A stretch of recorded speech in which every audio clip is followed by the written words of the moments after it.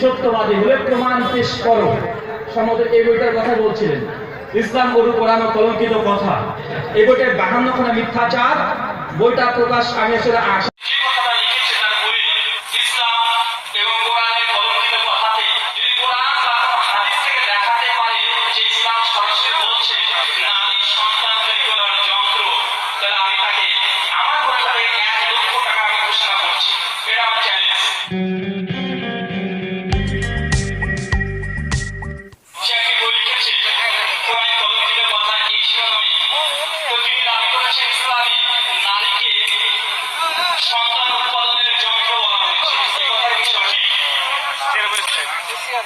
প্রথম কথা হচ্ছে এমন যদি কোনো কথা কোরআন বা হাদিসে থাকে আমরা তার কাছে শুধু প্রমাণ দেখতে যাচ্ছি যে কথাটা লিখেছে তার বইয়ে ইসলাম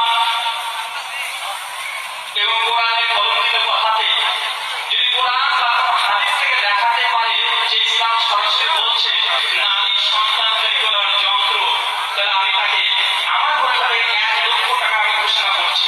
এটা আমার চ্যালেঞ্জ এবং আমার আমৃত্যু চ্যালেঞ্জ। এমন কোনো কথা নেই, তবে ইনশাআল্লাহ ঠিক এই ধরনেরই কথা আমি সাংবাদিক দেখাতে পারবো, যেখানে বলা হয়েছে নারীকে সৃষ্টি করা হয়েছে শুধু সন্তান উৎপাদনের জন্য।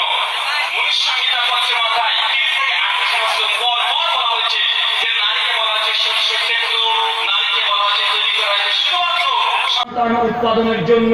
এমন ব্রাহ্মণ, বৈশ্য, শূদ্র, এই শূদ্রদের ব্যাপারে অনেক নোংরা কথা বলা হয়েছে শুধু মনুষ্যসংহিতাতে। তাই আমাদের এত কথা নেই। যদি কেউ এই ধরনের কথা বলে থাকে, আমাদের দুটো কথা। এক, যদি সত্যি হয় আল্লাহ সুবহানাহু ওয়া তাআলা বলেছেন পবিত্র সূরা বাকারা আয়াত 11, কুল হাতু বুরহানাকুম ইন কুনতুম সাদিকিন, সত্যবাদী হলে প্রমাণ পেশ করো। এবং আমি এটা বলি, যদি কেউ ইসলামের এই ধরনের সমালোচনা করে তাহলে আমাদের তরফ থেকে তার সঙ্গে আমরা বসতে রাজি এবং 24 ঘন্টা বসতে রাজি। যদি বসতে চাই, সুন্দর একটা পরিবেশ তৈরি করতে হবে, প্রশাসন ফোর্স থাকতে হবে এবং যোগ্য সভাপতির নেতৃত্বে শ্রোতাদের উপস্থিতিতে কোনো একটা কমিউনিটি হল ঘরের মধ্যে সুন্দরভাবে একটা আলোচনা বা বিতর্ক বা সেমিনার বা কনফারেন্স বা সিম্পোজিয়াম, যে ভাষাতে বলেন, যদি কেউ করতে চায়, আমরা বিশেষ করে আমি সর্বদা রাজি আছি, আমি করতে রাজি আছি। যদি এতটাই না হয়, কমপক্ষে অনলাইনের মাধ্যমে বা টিভি মিডিয়ার মাধ্যমে সরাসরি যদি যুক্ত হয়ে আলোচনা করতে চাই, তবু আমরা রাজি। একটাই কথা, এই ধরনের কোনো কথাই ইসলামে নেই, বরং হিন্দু শাস্ত্রের মধ্যে আছে।